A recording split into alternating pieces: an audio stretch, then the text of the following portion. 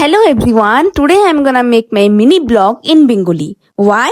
Well, I also don't know. Don't worry my non-Bengali cuties, there is a subtitle for you. So welcome to Durga Puja series part 7 which is about Dashami blog. এই 5 দিনটা যে কি করে কেটে গেল একদম জানা পড়লো না। লাগছে সেই দিনই তো মা আসছে আর দেখো আজকে দশমী। দশমী দিনই অনেক এক্সাইটেড থাকি কিন্তু ততটাই খারাপ লাগে কেন কি আজকে শেষ দিন দুর্গা পূজার আর আজকে তো সিঁদুর খেলা। সেটার জন্য মার একটা সুন্দর শাড়িকে আমি আগের থেকেই সাইড করে রেখেছিলাম। সকাল সকাল বেরোয় পড়লাম মণ্ডপের জন্য কিন্তু আজকে যা বৃষ্টি, মা আসলো বৃষ্টিতে যাচ্ছেও বৃষ্টিতে।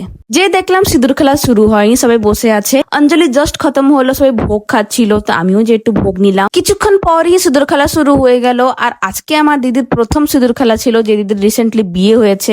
এই সব মেমোরি বানানোর জন্যই আমি সারাটা বছর ওয়েট করে থাকি। আর আজকে না আমার দিদির বাড়িতে ইনভাইট ছিল ফর লাঞ্চ।